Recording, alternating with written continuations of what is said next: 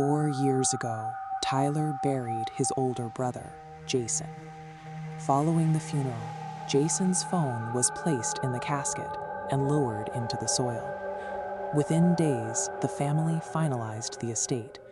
The cellular provider deactivated the account and permanently disconnected the number. The device was effectively a brick, buried under half a ton of earth. That remained true for 4 years. Then, last October, at exactly 2:47 a.m., Tyler's phone vibrated on his nightstand. The caller ID displayed the one name that should have been impossible: Jason. When Tyler answered, the line was silent except for the sound of heavy, rhythmic breathing.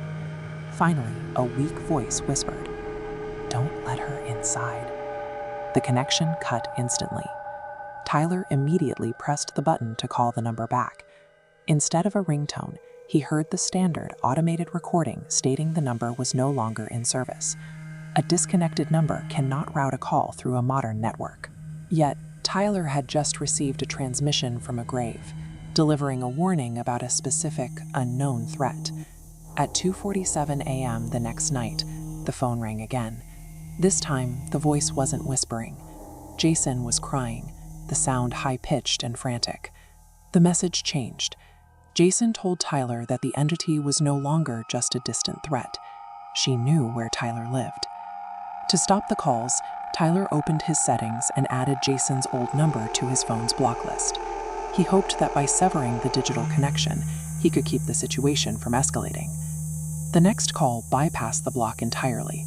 A transmission from Unknown deposited a file directly into local storage. When played, the audio waveform violently spikes into jagged red lines as Jason screams a final command: "Whatever happens, don't open the front door."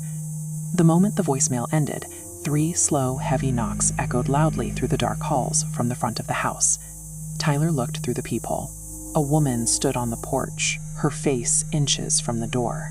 She stared directly into the glass with unblinking eyes and a rigid, wide smile. She asked for something she claimed belonged to her. Tyler's phone vibrated. A text from Jason appeared. "She's not human." Simultaneously, the woman leaned her face against the wood and whispered, "He's lying." Every light went out at once. In the sudden darkness, Tyler's phone flashlight clicked on by itself, its beam shaking toward the locked door.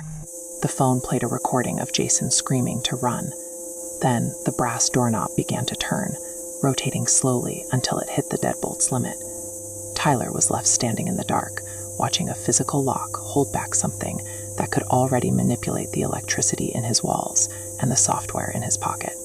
When the sun rose, the pressure on the door vanished. The woman was gone, and even the muddy footprints on the porch had disappeared. Tyler drove to the cemetery that afternoon to find the source of the calls. Jason's grave had been dug up. The casket was shattered and empty. There was no sign of the body or the phone that had been buried with it. The police filed a report for grave robbery and vandalism. With no suspects and no evidence of a break-in at his home, Tyler was left to wait for the next call alone. 1 year later, at 2:47 a.m. on the same date, the phone rang again. Then it happened the year after that. The October calls have become a recurring event. Jason provides different details in every message. He describes new movements and new dangers, suggesting he is still actively fighting on the other side of the line.